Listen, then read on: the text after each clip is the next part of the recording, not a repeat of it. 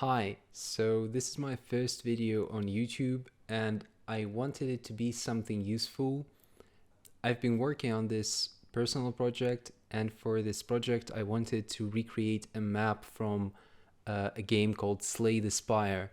And if you haven't heard of it, it is a really cool game where you get to battle different enemies with cards. So if you're into card games, definitely check it out.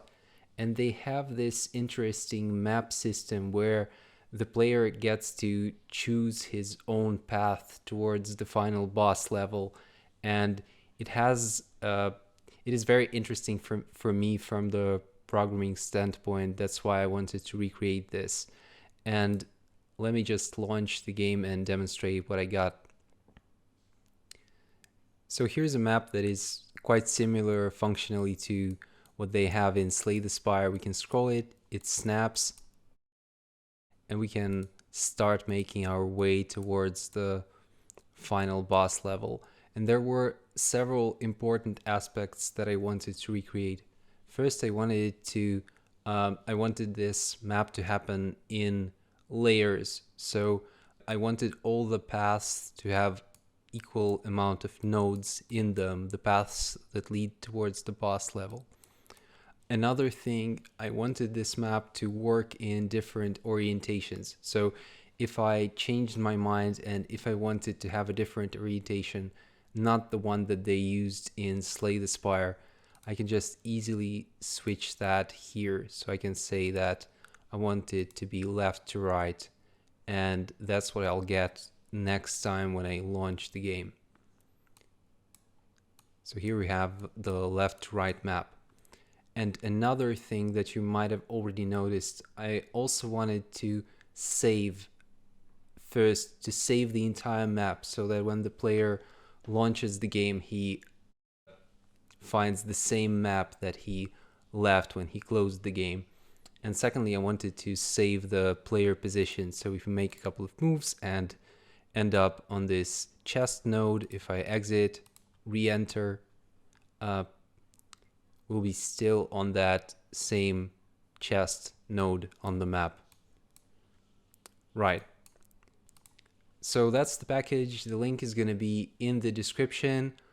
And I wanted to cover a couple of things like how do you manage it and how do you sort of customize it. And this scene is obviously already set up, but it is not that difficult to set up a new scene. So I'm going to probably do that. I'm going to go to Assets, Scenes, or I can just do File, New Scene. I won't save the changes. And I can go into Assets, Prefabs, and I have this big prefab that contains all the different objects that are required for the map to work. That's called Map Objects. I'm going to drag it into the scene. Actually, we don't need anything else. So if we launch the game, the only thing that might be required is setting up the camera the way we want it to be. So I can experiment with orthographic size. I think I had it at 7. If we exit, I set the orthographic size to 7, relaunch the game, and that's pretty much it. We have our map in this new scene that we've just set up. There are many settings on these map objects. You've already seen orientation, various offsets from the background, the different settings for lines. We can change the type of line that we are using. So for example, we've used this scrolling dotted line. We can just use a simple dotted line. And now if I launch the game, the line will no longer scroll like this. And you also might want to change the appearance of nodes and the general configuration of that map. So in order to change that, I have used these scriptable objects. They're in the folder scriptable objects, and there are several folders. One of them is map configs, the other one is nodes. So let's go into nodes, default config nodes. And the nodes are simple scriptable objects that only have a couple of fields. One of them is the sprite, and another one is an enum that describes the node types. We have minor enemy, elite enemy, rest site, treasure, store, boss, and mystery, which is pretty much the same set of nodes that they used in Slay the Spire. You can introduce your own unique node types by adding values into this enum in code. And I've also set up the sprites. I'm using the icons from gameicons.net, and you can find the license and attributions to artists in this file. And back to the nodes, you can create new nodes by right-clicking, going to create, and in this create menu you can find node blueprint. You can have multiple nodes of the same type. For example, you can have a treasure chest, like a minor and major treasure chests, and call them differently so that you can handle them differently later. Once you have created all the nodes, we have to create another important scriptable object that's called the map config. You can also create it by going to create map config. We already have one that we are using for everything that's called default map config. It has a list of nodes, so I've just dragged all the nodes that I have created into this map config, and it sort of tells it which nodes it has to use. Then let's just expand it and look through other fields.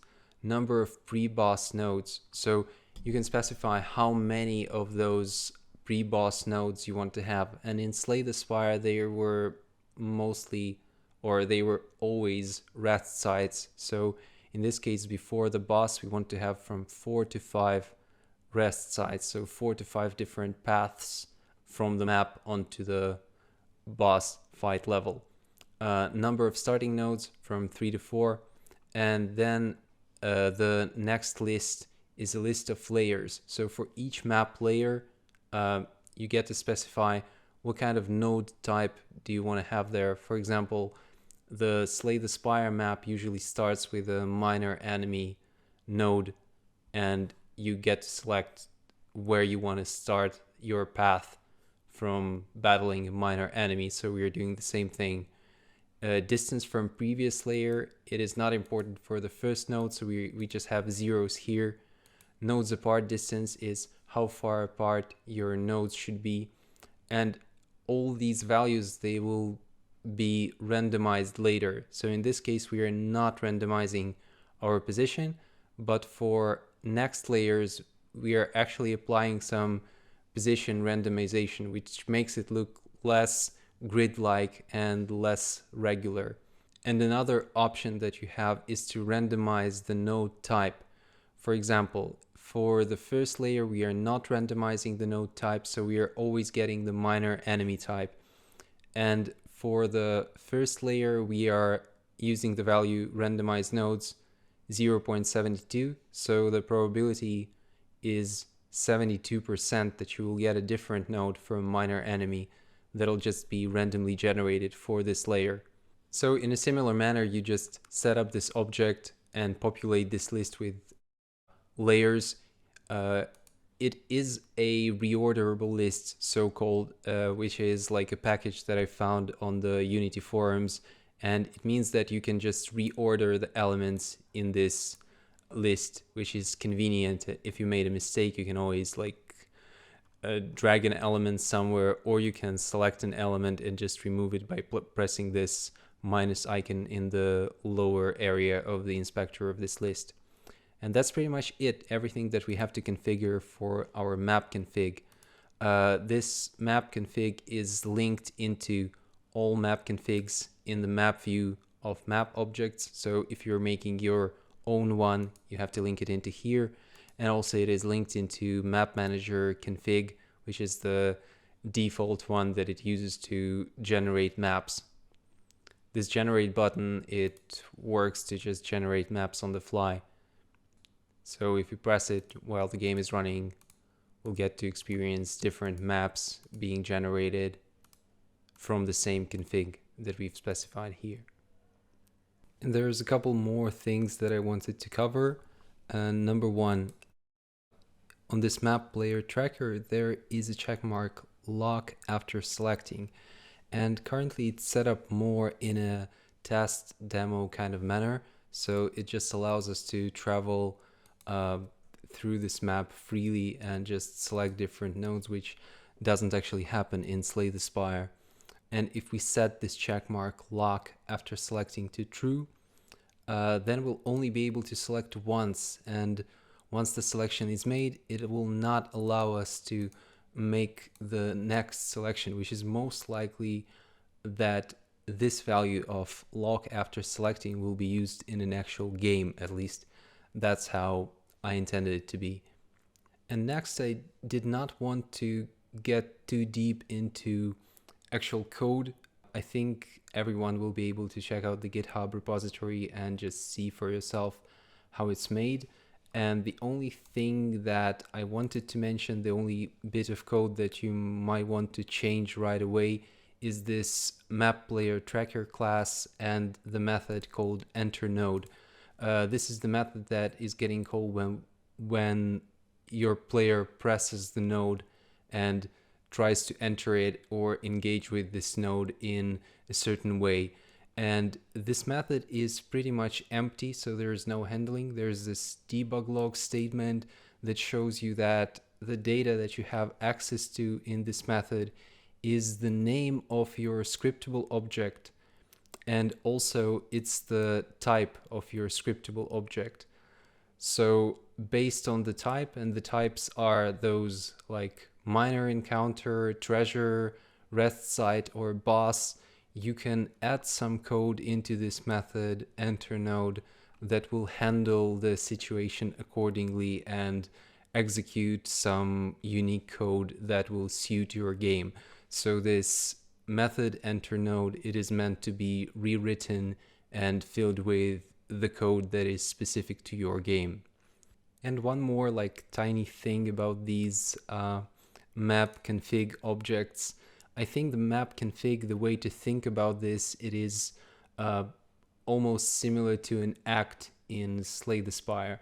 So with this map system, for each unique act that you will have in your game that will hold its unique set of bosses or its unique set of different events that you get from nodes, I would create a unique map config that'll represent your act, and then I would programmatically arrange it so that when your player is in a certain act, an appropriate map config is used. Thanks for watching. If you like this video, consider giving it a thumbs up and subscribing to my channel. Bye.